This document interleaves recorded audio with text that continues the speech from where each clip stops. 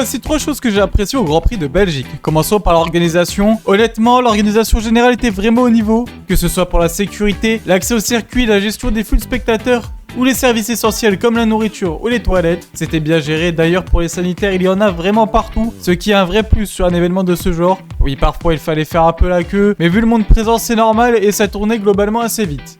Côté circulation, je sais que certains ont galéré, notamment avec des bouchons de 2 heures sur certains parkings, donc c'est pas parfait partout, c'est clair, mais pour une expérience perso, ça s'est très bien passé. Départ et arrivée fluide, parking accessible, pas de stress particulier, comme quoi tout dépend un peu de la zone où on se trouve, mais dans mon cas, rien à redire. Au niveau des journées, même si en bronze, on n'a pas forcément accès à toutes les animations, j'ai trouvé que la journée passait super vite grâce à la répartition des différentes catégories, F3, F2, Porsche Cup et F1. On ne sent pas vraiment les temps morts, l'ambiance restait présente, même dans les zones moins centrales.